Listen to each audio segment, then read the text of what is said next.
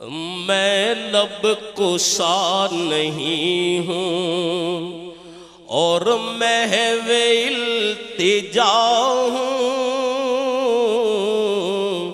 میں محفل حرم کے آداب جانتا ہوں، میں محفل حرم کے آداب جانتا ہوں، میں لب کشا نہیں ہوں۔ اور راہ طیبہ میں کیا صدا لگا رہے ہیں کہ کوئی تو آنکھ والا گزرے گا اس طرف سے، کوئی تو آنکھ والا گزرے گا اس طرف سے، طیبہ کے راستے میں، طیبہ کے راستے میں میں منتظر کھڑا ہوں، طیبہ کے راستے میں۔ یہ صدا لگاتے ہی گنبد خضرا سے کیسا کرم ہوا، اگلے شعر میں فرماتے ہیں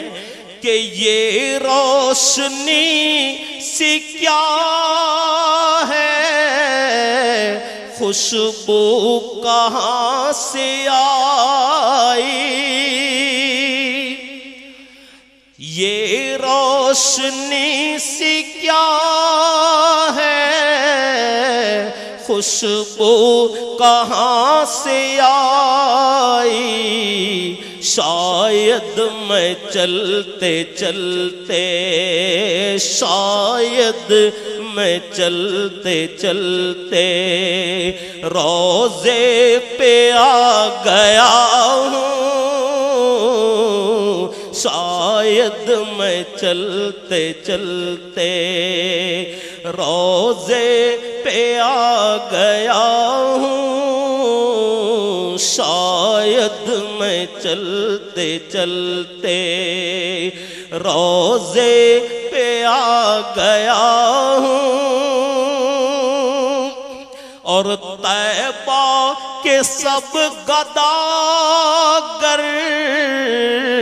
پہچانتے ہیں مجھ کو، طیبہ کے سب گداگر پہچانتے ہیں مجھ کو، مجھ کو خبر نہیں تھی، مجھ کو خبر نہیں تھی، میں اس قدر بڑا ہوں، مجھ کو خبر نہیں تھی، میں اس قدر بڑا ہوں، اقبال مجھ کو اب بھی محسوس ہو رہا ہے، اقبال مجھ کو اب بھی یہ یاد آ رہا ہے، روضے کے سامنے ہوں، روضے کے سامنے ہوں، اور نعت پڑھ رہا ہوں،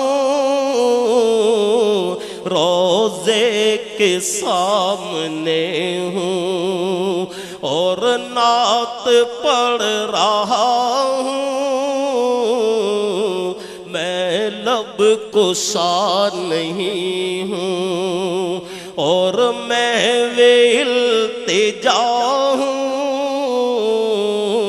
میں محفل حرم کے۔ اور الحمدللہ جب مجھے پہلی بار مدینہ منورہ کی حاضری ہوئی، اس وقت پاکستان ہاؤس آپ جانتے ہیں کہ باب جبریل کے بالکل سامنے تھا،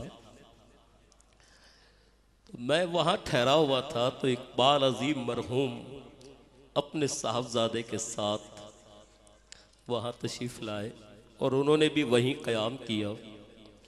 مجھے فرمانے لگے کہ میں نے یہاں جو نعت لکھی ہے وہ بڑی خوبصورت نعت ہے، جہاں آپ کو موقع ملے یہ نعت ضرور پڑھیے گا۔ تو میں سمجھتا ہوں تسلسل چل رہا ہے تو چند اشعار اس نعت کے بھی پیش کر دوں کہ ہم مدینے میں تنہا نکل جائیں گے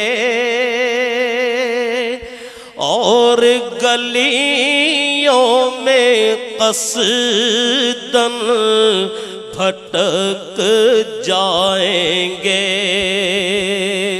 ہم مدینے میں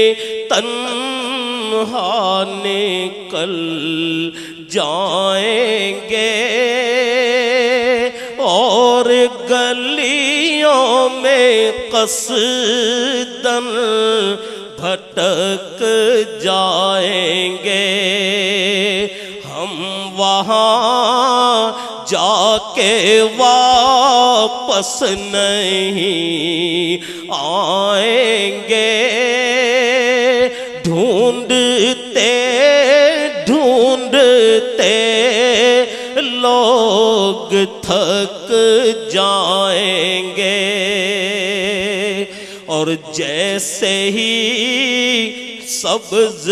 گنبد نظر آئے گا، بندگی کا قرینہ بدل جائے گا۔ جیسے ہی سبز گنبد نظر آئے گا، بندگی کا قرینہ بدل جائے گا۔ سر جھکانے کی فرصت ملے گی کسے، خود ہی پلکوں سے سجدے ٹپک جائیں گے۔ فاصلوں کو تکلف ہے ہم سے اگر، ہم بھی بے بس نہیں، بے سہارا نہیں، خود انہی کو پکاریں گے ہم دور سے۔ راستے میں اگر